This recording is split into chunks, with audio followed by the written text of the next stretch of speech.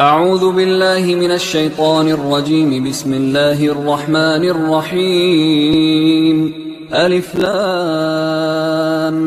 ميم. ذلك الكتاب لا ريب فيه هدى للمتقين الذين يؤمنون بالغيب ويقيمون الصلاة ومما رزقناهم ينفقون والذين يؤمنون بما أنزل إليك وما أنزل من قبلك وبالآخرة هم يوقنون أولئك على هدى من ربهم وأولئك هم المفلحون. إن الذين كفروا سواء عليهم أأنذرتهم أم لم تنذرهم لا يؤمنون. ختم الله على قلوبهم وعلى سمعهم وعلى أبصارهم غشاوة ولهم عذاب عظيم. ومن الناس من يقول آمنا بالله وباليوم الآخر وما هم بمؤمنين يخادعون الله والذين آمنوا وما يخدعون إلا أنفسهم وما يشعرون. في قلوبهم مرض فزادهم الله مرضا ولهم عذاب أليم بما كانوا يكذبون. وإذا قيل لهم لا تفسدوا في الأرض قالوا إنما نحن مصلحون ألا إنهم هم المفسدون ولكن لا يشعرون. وإذا قيل لهم آمنوا كما آمن الناس قالوا أنؤمن كما آمن السفهاء ألا إنهم هم السفهاء ولكن لا يعلمون. وإذا لقوا الذين آمنوا قالوا آمنا وإذا خلوا إلى شياطينهم قالوا إنا معكم إنما نحن مستهزئون.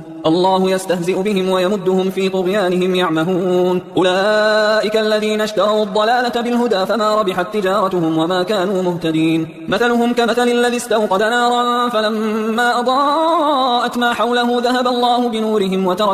وتركهم في ظلمات لا يبصرون. صم بكم عمي فهم لا يرجعون. أو كصيب من السماء فيه ظلمات ورعد وبرق يجعلون أصابعهم في آذانهم من الصواعق حذر الموت والله محيط بالكافرين. يكاد البرق يخطف أبصارهم كلما أضاء لهم مشوا فيه وإذا أظلم عليهم قاموا ولو شاء الله لذهب بسمعهم وأبصارهم إن الله على كل شيء قدير. يا أيها الناس اعبدوا ربكم الذي خلقكم والذين من قبلكم لعلكم تتقون الذي جعل لكم الأرض فراشا والسماء بناء وأنزل من السماء ماء فأخرج به من الثمرات رزقا لكم فلا تجعلوا لله أندادا وأنتم تعلمون. وإن كنتم في ريب مما نزلنا على عبدنا فأتوا بسورة من مثله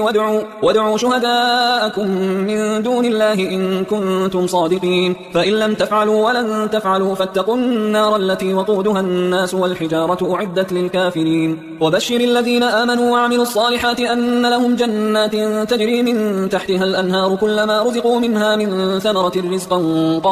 قالوا هذا الذي رزقنا من قبل وأتوا به متشابها ولهم فيها أزواج مطهرة وهم فيها خالدون. إن الله لا يستحيي أن يضرب مثلا ما بعوضة فما فوقها فأما الذين آمنوا فيعلمون أنه الحق من ربهم وأما الذين كفروا فيقولون ماذا أراد الله بهذا مثلا يضل به كثيرا ويهدي به كثيرا وما يضل به إلا الفاسقين الذين ينقضون عهد الله من بعد ميثاقه ويقطعون ما أمر الله به أن يوصل ويفسدون في الأرض أولئك هم الخاسرون. كيف تكفرون بالله وكنتم أمواتا فأحياكم ثم يميتكم ثم يحييكم ثم إليه ترجعون. هو الذي خلق لكم ما في الأرض جميعا ثم استوى إلى السماء فسواهن 7 سماوات وهو بكل شيء عليم. وإذ قال ربك للملائكة إني جاعل في الأرض خليفة قالوا أتجعل فيها من يفسد فيها ويسفك الدماء ونحن نسبح بحمدك ونقدس لك قال إني أعلم ما لا تعلمون.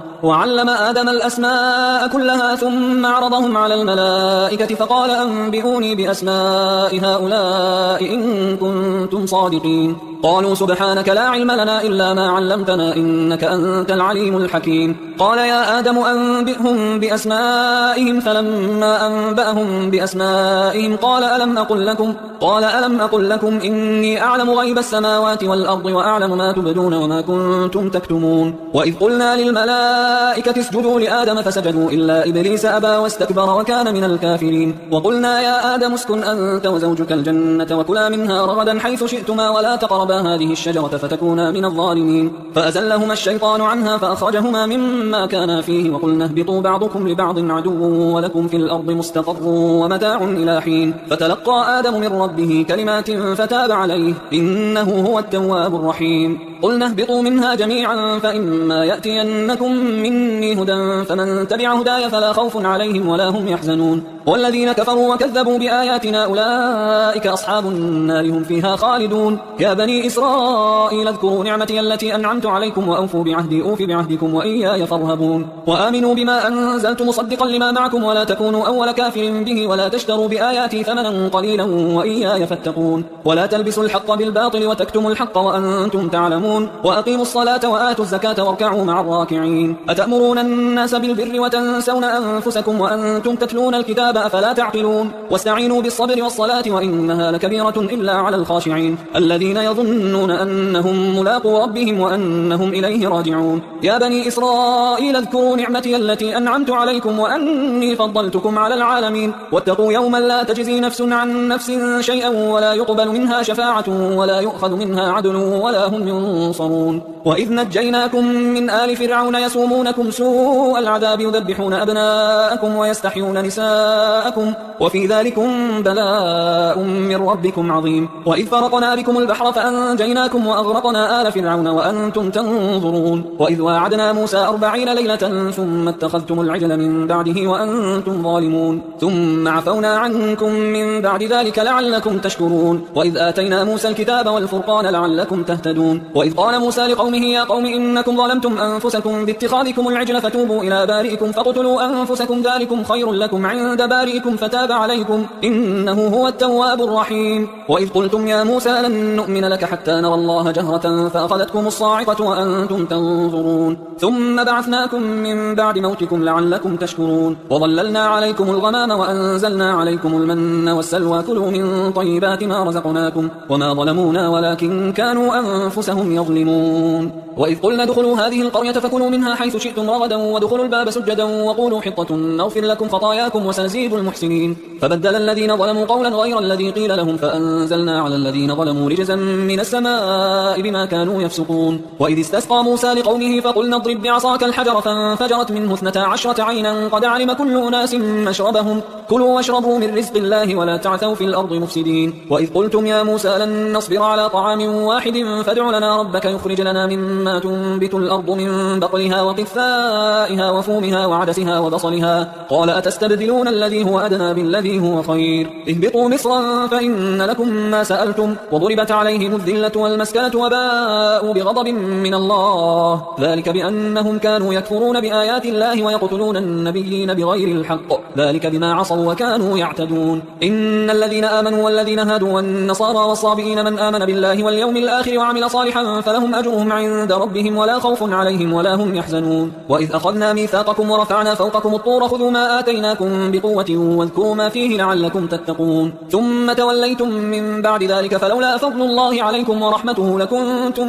من الخاسرين ولقد علمتم الذين اعتدوا منكم في السبت فقلنا لهم كونوا قردة خاسئين فجعلناها نكالا لما بين يديها وما خلفها وموعظة للمتقين وإذ قال موسى لقومه إن الله يأمركم أن تذبحوا بقرة قالوا أتتخذنا هزوا قال أعوذ بالله أن أكون من الجاهلين قالوا ادع لنا ربك يبين لنا ما هي قال إنه يقول إنها بقرة لا فارض ولا بكر عوان بين ذلك فافعلوا ما تؤمرون قالوا ادع لنا ربك يبين لنا ما لونها قال إنه يقول إنها بقرة صفراء فاقع لونها تسر الناظرين قالوا ادع لنا ربك يبين لنا ما هي إن البقرة شابه علينا وإنا إن شاء الله لمهتدون قال إنه يقول إنها بقرة لا ذلول تثير الأرض ولا تسقي الحرث مسلمة لا شية فيها قالوا الآن جئت بالحق فذبحوها وما كادوا يفعلون وإذ قتلتم نفسا فادارأتم فيها والله مخرج ما كنتم تكتمون فقلنا اضربوه ببعضها كذلك يحيي الله الموتى ويريكم آياته لعلكم تعقلون ثم قست قلوبكم من بعد ذلك فهي كالحجارة أو أشد قسوة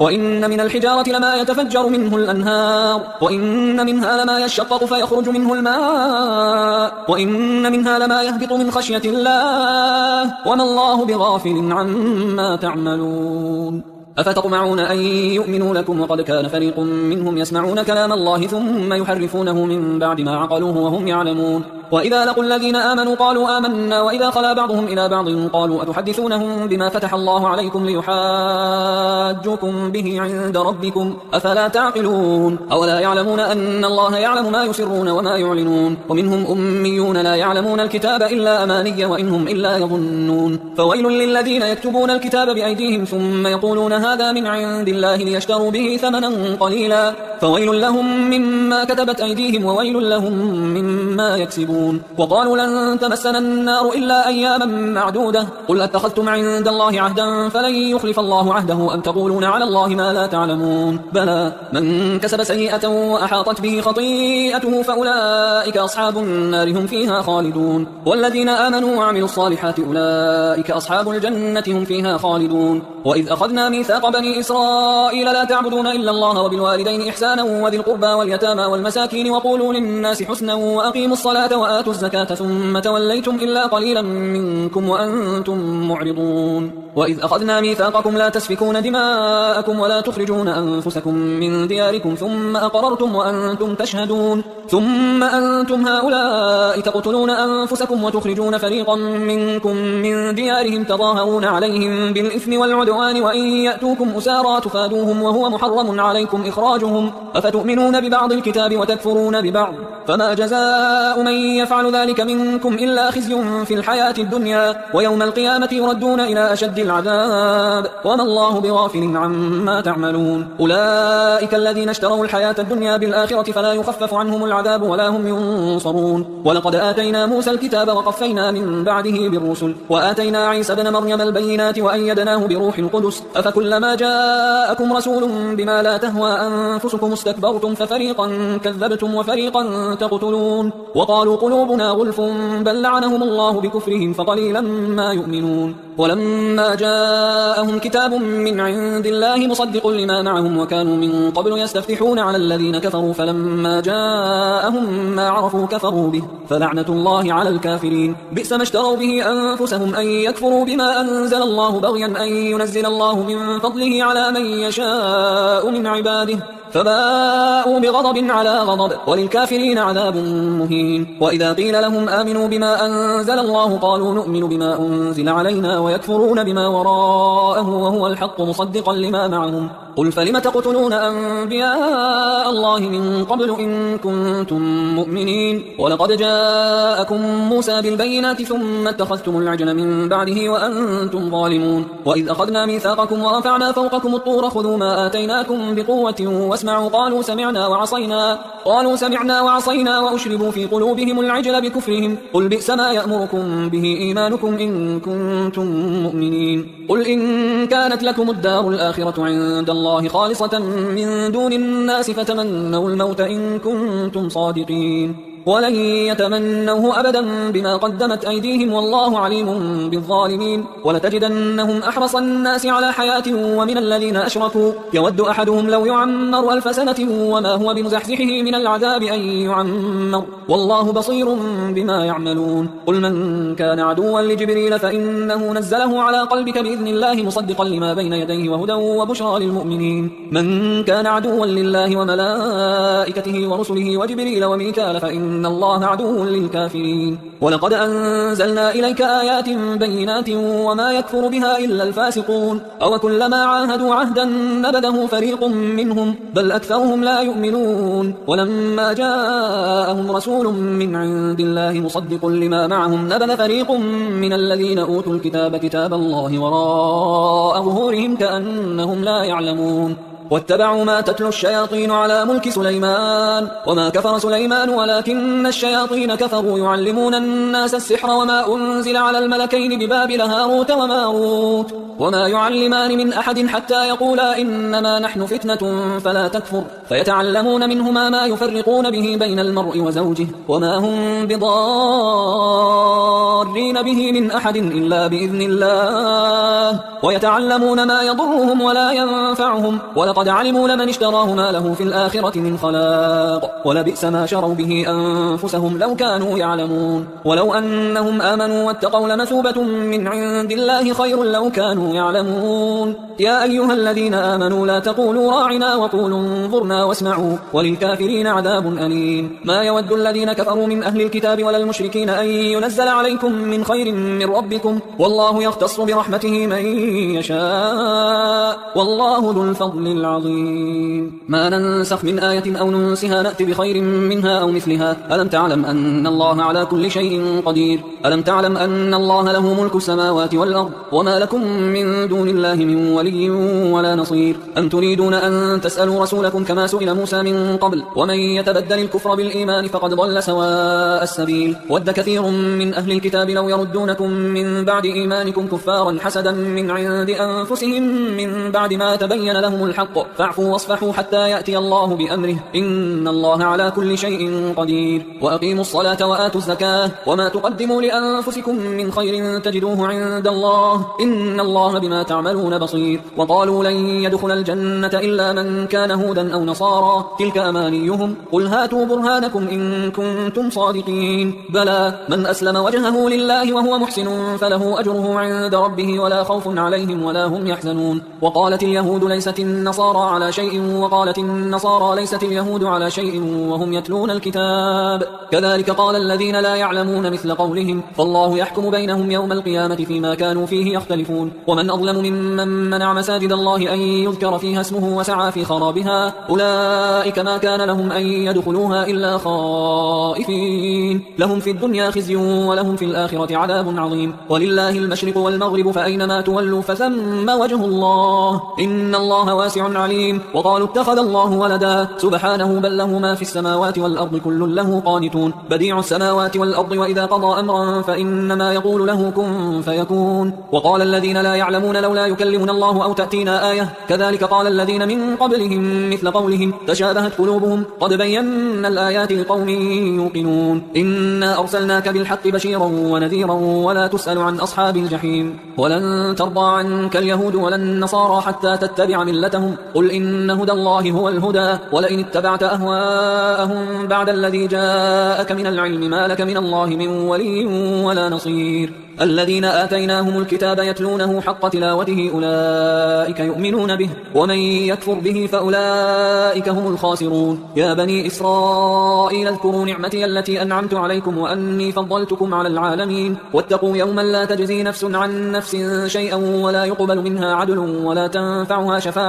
تنفعها شفاعة ولا هم ينصرون وإذ ابتلى إبراهيم ربه بكلمات فأتمهن قال إني جاعلك للناس إماما قال ومن ذريتي قال لا ينال عهد الظالمين وإذ جعلنا البيت مثابة للناس وأمنا واتخذوا من مقام إبراهيم مصلى وعهدنا إلى إبراهيم وإسماعيل أن طهرا بيتي للطائفين والعاكفين والركع السجود وإذ قال إبراهيم رب اجعل هذا بلدا آمنا وارزق أهله من الثمرات من آمن منهم بالله واليوم الآخر قال ومن كفر فأمتعه قليلا ثم أضطره إلى عذاب النار وبئس المصير وإذ يرفع إبراهيم القواعد من البيت وإسماعيل ربنا تقبل منا إنك أنت السميع العليم ربنا وجعلنا مسلمين لك ومن ذريتنا أمة مسلمة لك وأرنا مناسكنا وتب علينا إنك أنت التواب الرحيم ربنا وبعث فيهم رسولا منهم يتلو عليهم آياتك ويعلمهم الكتاب والحكمة ويزكيهم إنك أنت العزيز الحكيم ومن يرغب عن ملة إبراهيم إلا من سفه نفسه ولقد اصطفيناه في الدنيا وإنه في الآخرة لمن الصالحين إذ قال له ربه أسلم قال أسلمت لرب العالمين ووصى بها إبراهيم بنيه ويعقوب يا بني إن الله اصطفى لكم الدين فلا تموتن إلا وأنتم مسلمون أم كنتم شهداء إذ حضر يعقوب الموت إذ قال لبنيه ما تعبدون من بعدي قالوا نعبد إلهك وإله آبائك إبراهيم وإسماعيل وإسحاق إلها واحدا ونحن له مسلمون تلك أمة قد خلت لها ما كسبت ولكم ما كسبتم ولا تسألون عما كانوا يعملون وقالوا كونوا هودا أو نصارى تهتدوا قل بل ملة إبراهيم حنيفا وما كان من المشركين قولوا آمنا بالله وما أنزل إلينا وما أنزل إلى إبراهيم وإسماعيل وإسحاق ويعقوب والأسباط وما أوتي موسى وعيسى وما أوتي النبيون من ربهم لا نفرق بين أحد منهم ونحن له مسلمون فإن آمنوا بمثل ما آمنتم به فقد اهتدوا وإن تولوا فإنما هم في شقاق فسيكفيكهم الله وهو السميع العليم صبغة الله ومن أحسن من الله صبغة ونحن له عابدون قل أتحاجوننا في الله وهو ربنا وربكم ولنا أعمالنا ولكم أعمالكم ونحن له مخلصون أم تقولون إن إبراهيم وإسماعيل وإسحاق ويعقوب والأسباط كانوا هودا أو نصارى قل أأنتم أعلم أم الله ومن أظلم ممن كتم شهادة عنده من الله وما الله بغافل عما تعملون تلك أمة قد خلت لها ما كسبت ولكم ما كسبتم ولا تسألون عما كانوا يعملون سيقول السفهاء من الناس ما ولاهم عن قبلتهم التي كانوا عليها قل لله المشرق والمغرب يهدي من يشاء إلى صراط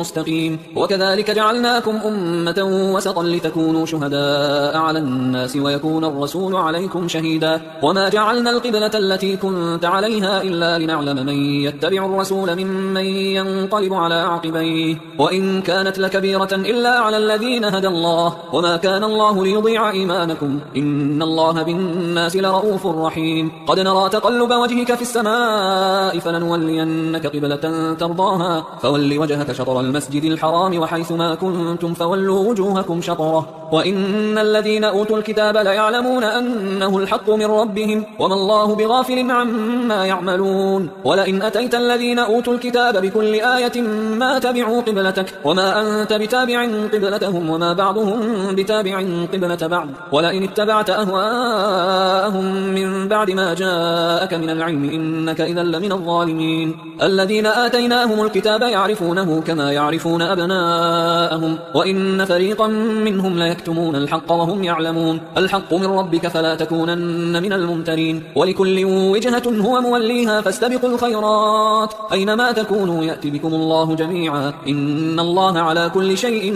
قدير ومن حيث خرجت فول وجهك شطر المسجد الحرام وإنه للحق من ربك وما الله بغافل عما تعملون ومن حيث خرجت فول وجهك شطر المسجد الحرام وحيث ما كنتم فولوا وجوهكم شطره لئلا يكون للناس عليكم حجة إلا الذين ظلموا منهم فلا تخشوهم واخشوني ولأتم نعمتي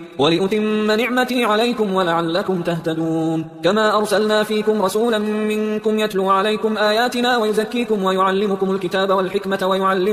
ويعلمكم ما لم تكونوا تعلمون فاذكروني أذكركم واشكروا لي ولا تكفرون يا أيها الذين آمنوا استعينوا بالصبر والصلاة إن الله مع الصابرين ولا تقولوا لمن يقتل في سبيل الله أموات بل أحياء ولكن لا تشعرون ولنبلونكم بشيء من الخوف والجوع ونقص من الأموال والأنفس والثمرات وبشر الصابرين الذين إذا أصابتهم مصيبة قالوا إنا لله وإنا إليه راجعون أولئك عليهم صلوات من ربهم ورحمة وأولئك هم المهتدون إن الصفا والمروة من شعائر الله فمن حج البيت أو اعتمر فلا جناح عليه أن يطوف بهما ومن تطوع خيرا فإن الله شاكر عليم إن الذين يكتمون ما أنزلنا من البينات والهدى من بعد ما بيناه للناس في الكتاب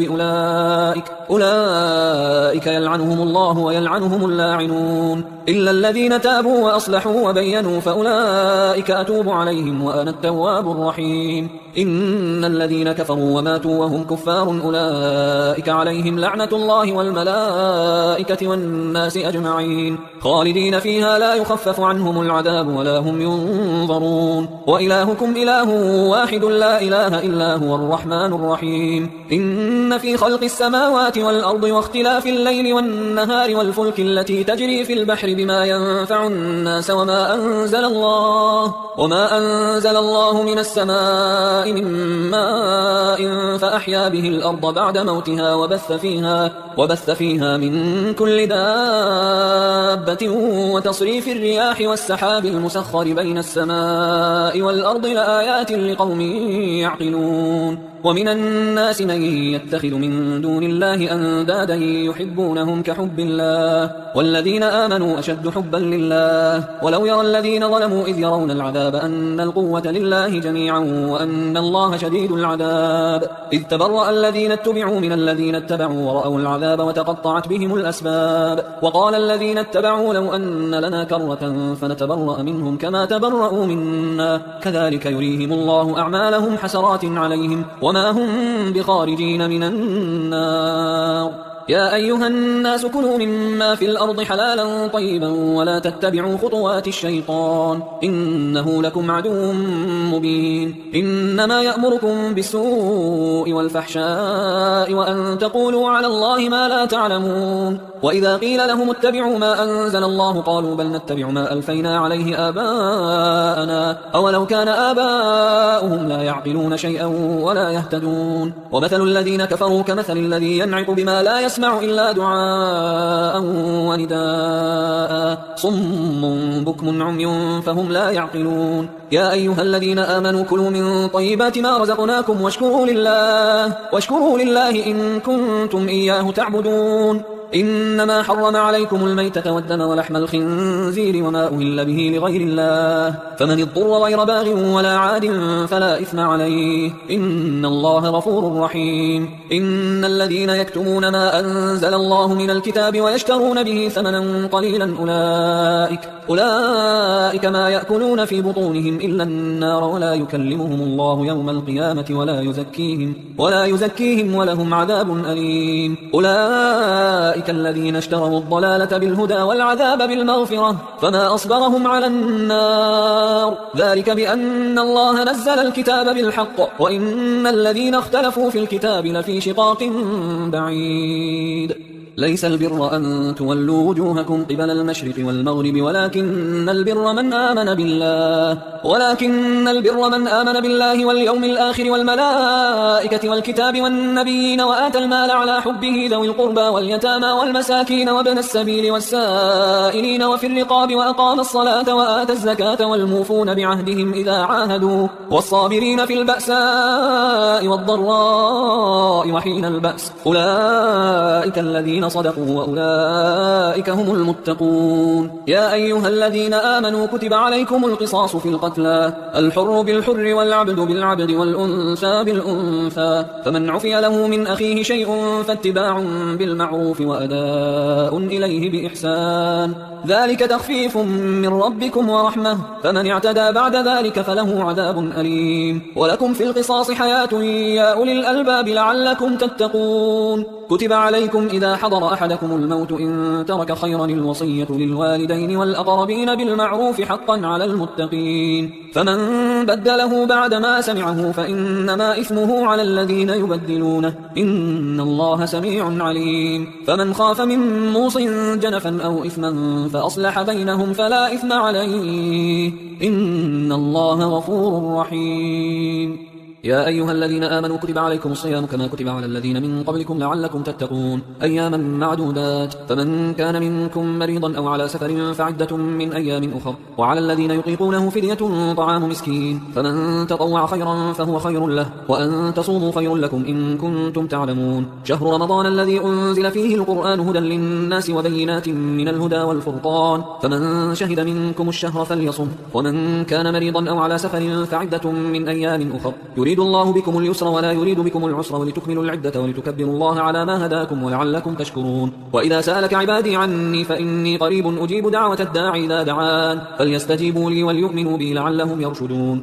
أحل لكم ليلة الصيام الرفث إلى نسائكم هن لباس لكم وأنتم لباس لهن علم الله أنكم كنتم تختانون أنفسكم فتاب عليكم وعفى عنكم فالآن باشروهن وابتغوا ما كتب الله لكم وكلوا واشربوا حتى يتبين لكم الخيط الأبيض من الخيط الأسود من الفجر ثم أتموا الصيام إلى الليل ولا تباشروهن وأنتم عاكفون في المساجد تلك حدود الله فلا تقربوها كذلك يبين الله آياته للناس لعلهم يتقون. ولا تأكلوا أموالكم بينكم بالباطل وتدلوا بها إلى الحكام لتأكلوا فريقا من أموال الناس بالإثم وأنتم تعلمون. يسألونك عن الأهلة قل هي مواقيت للناس والحج وليس البر بأن تأتوا البيوت من ظهورها ولكن البر من اتقى وأتوا البيوت من أبوابها واتقوا الله لعلكم تفلحون. وقاتلوا في سبيل الله الذين يقاتلونكم ولا تعتدوا إن الله لا يحب المعتدين. وقتلوهم حيث ثقفتموهم وأخرجوهم من حيث أخرجوكم والفتنة أشد من القتل ولا تقاتلوهم عند المسجد الحرام حتى يقاتلوكم فيه فإن قاتلوكم فاقتلوهم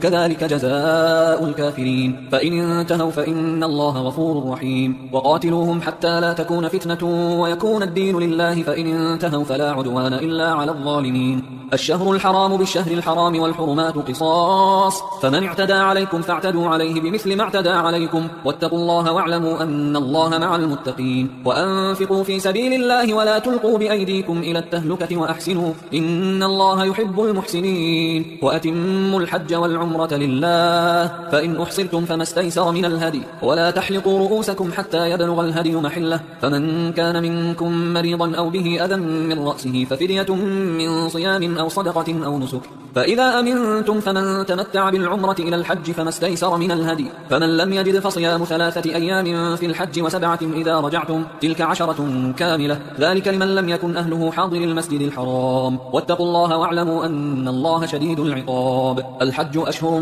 معلومات فمن فرض فيهن الحج فلا رفث ولا فسوق ولا جدال في الحج وما تفعلوا من خير يعلمه الله وتزودوا فإن خير الزاد التقوى واتقون يا أولي الألباب. ليس عليكم جناح أن تبتغوا فضلا من ربكم فإذا أفضتم من عرفات فاذكروا الله عند المشعر الحرام واذكروه كما هداكم وإن كنتم من قبله لمن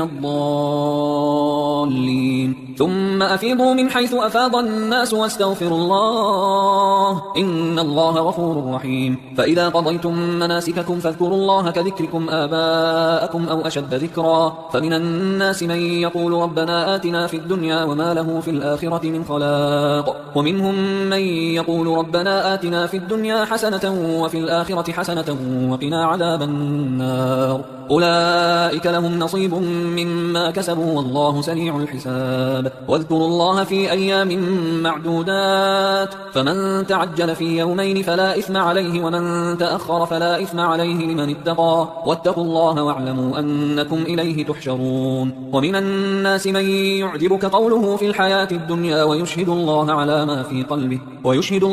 ما في قلبه وهو ألد الخصام وإذا تولى سعى في الأرض ليفسد فيها ويهلك الحرث والنسل والله لا يحب الفساد. وإذا قيل له اتق الله أخذته العزة بالإثم فحسبه جهنم ولبئس المهاد. ومن الناس من يشري نفسه ابتغاء مرضات الله والله رؤوف بالعباد. يا أيها الذين آمنوا ادخلوا في السلم كافة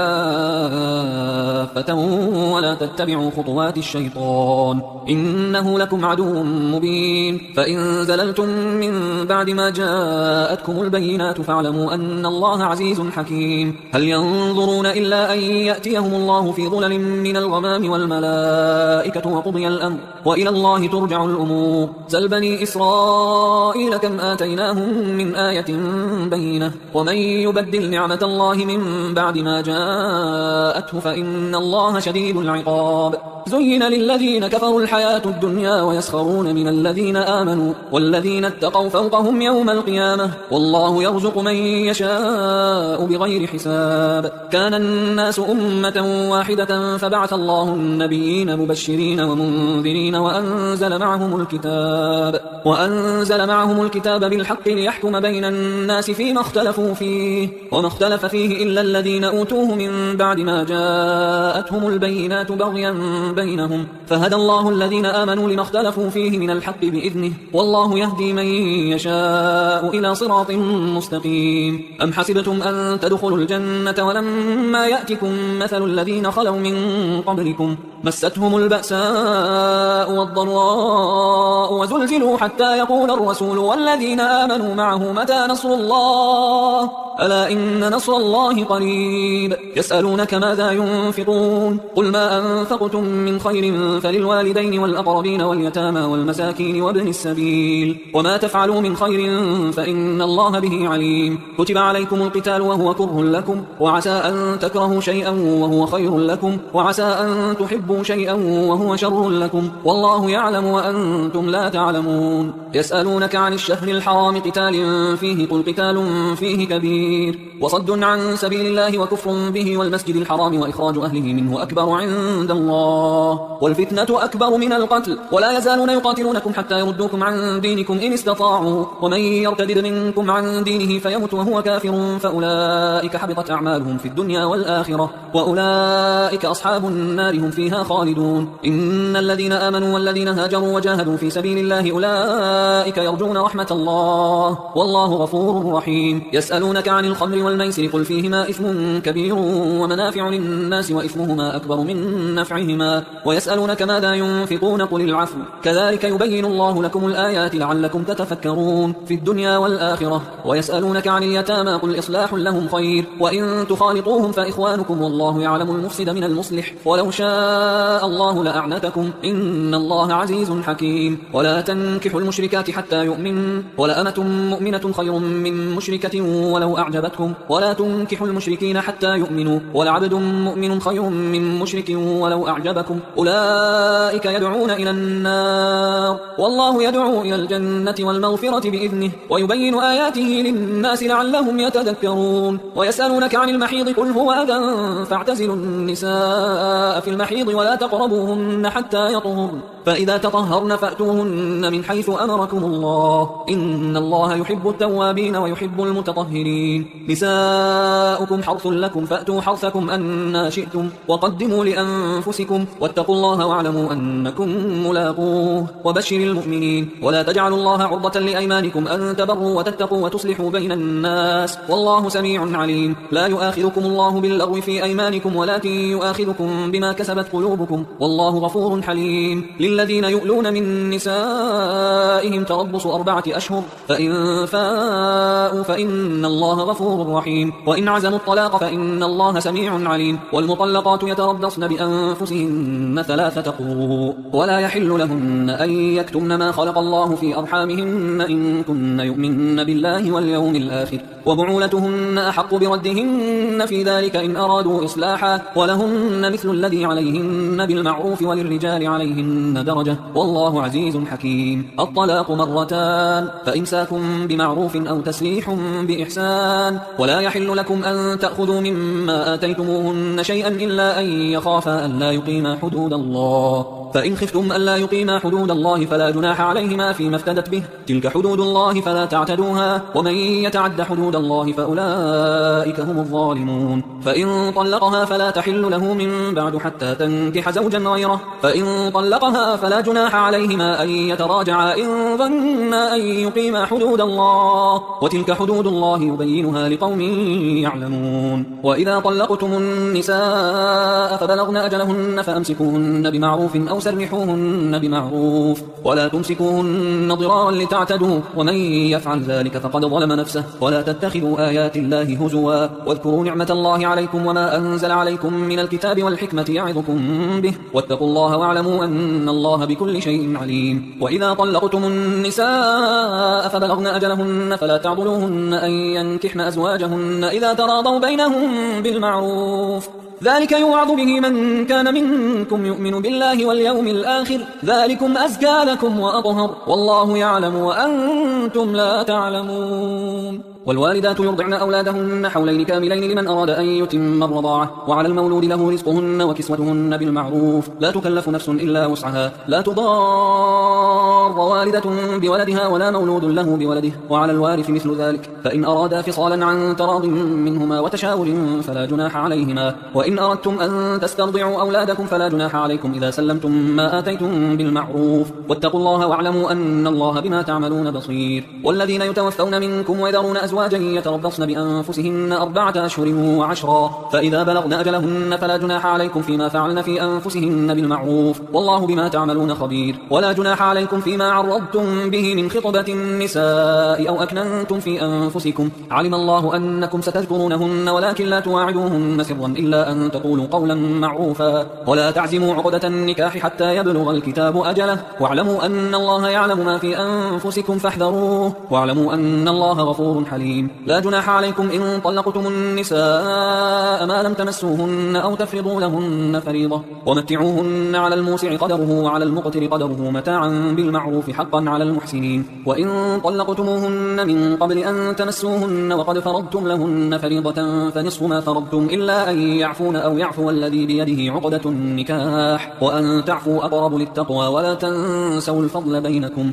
إن الله بما تعملون بصير. حافظوا على الصلوات والصلاة الوسطى وقوموا لله قانتين فإن خفتم فرجالا أو ركبانا فإذا أمنتم فاذكروا الله كما علمكم ما لم تكونوا تعلمون. والذين يتوفون منكم ويذرون أزواجا وصية لأزواجهم متاعا إلى الحول غير إخراج فإن خرجن فلا جناح عليكم فيما فعلن في أنفسهن من معروف والله عزيز حكيم. وللمطلقات متاع بالمعروف حقا على المتقين كذلك يبين الله لكم آياته لعلكم تعقلون. ألم تر إلى الذين خرجوا من ديارهم وهم ألوف حذر الموت فقال لهم الله موتوا ثم أحياهم إن الله لذو فضل على الناس ولكن أكثر الناس لا يشكرون. وقاتلوا في سبيل الله واعلموا أن الله سميع عليم. من ذا الذي يقرض الله قرضا حسنا فيضاعفه له أضعافا كثيرة والله يقبض ويبسط وإليه ترجعون. ألم تر إلى الملأ من بني إسرائيل من بعد موسى إذ قالوا لنبي له مبعث لنا ملكا نقاتل في سبيل الله قال هل عسيتم إن كتب عليكم القتال ألا تقاتلوا قالوا وما لنا ألا نقاتل في سبيل الله وقد أخرجنا من ديارنا وأبنائنا فلما كتب عليهم القتال تولوا إلا قليلا منهم والله عليم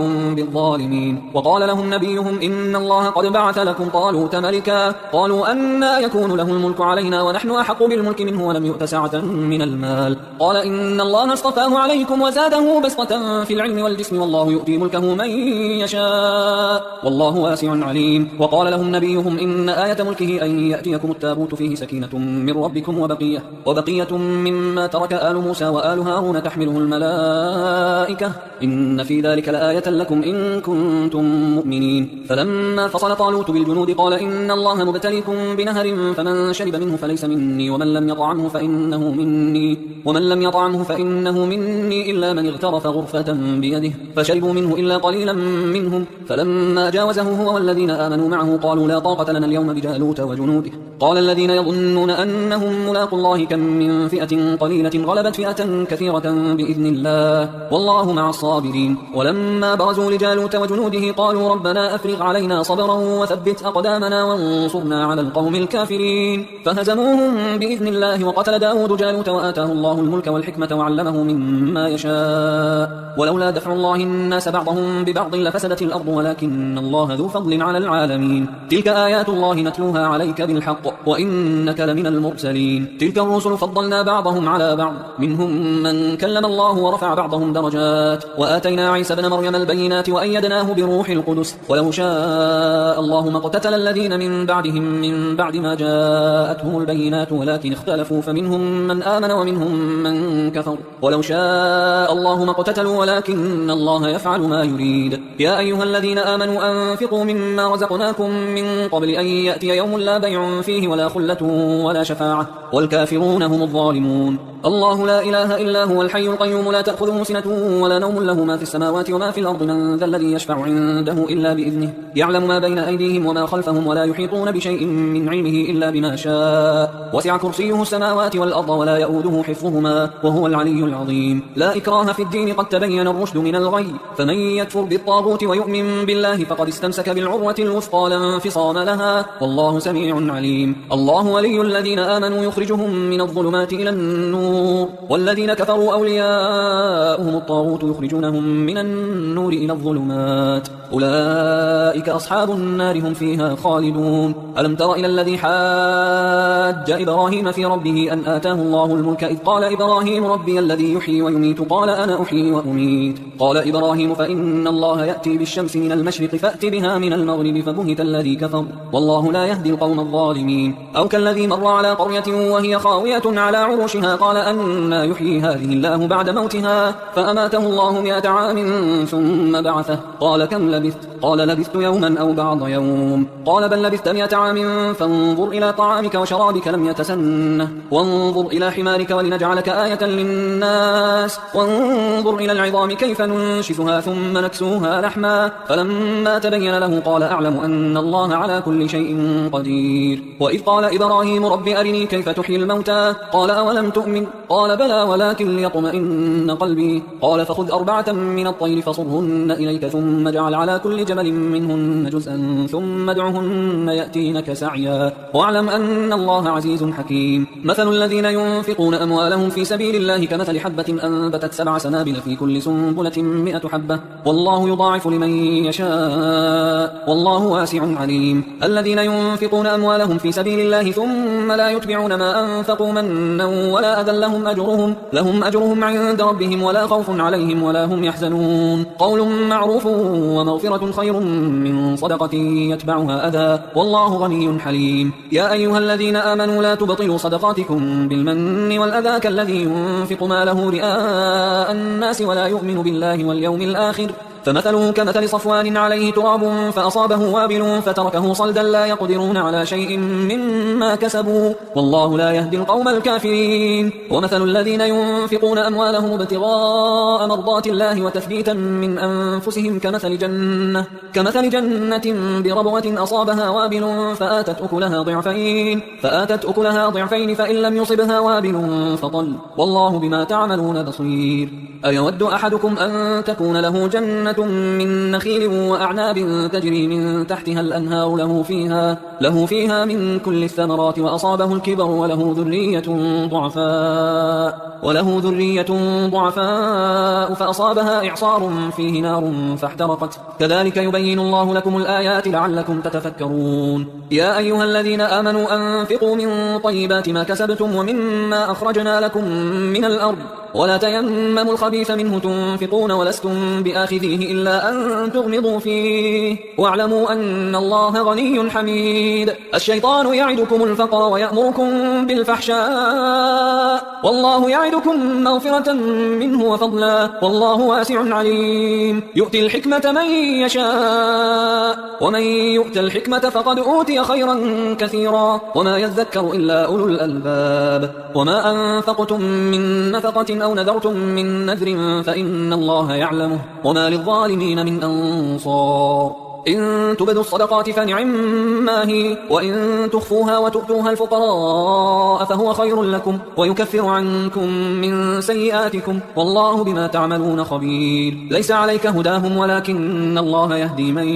يشاء وما تنفقوا من خير فلأنفسكم وما تنفقون إلا ابتغاء وجه الله وما تنفقوا من خير يوفى إليكم وأنتم لا تظلمون. للفقراء الذين أحصروا في سبيل الله لا يستطيعون ضربا في الأرض يحسبهم الجاهل أغنياء يحسبهم الجاهل أغنياء من التعفف تعرفهم بسيماهم لا يسألون الناس إلحافا وما تنفقوا من خير فإن الله به عليم الذين ينفقون أموالهم بالليل والنهار سرا وعلانية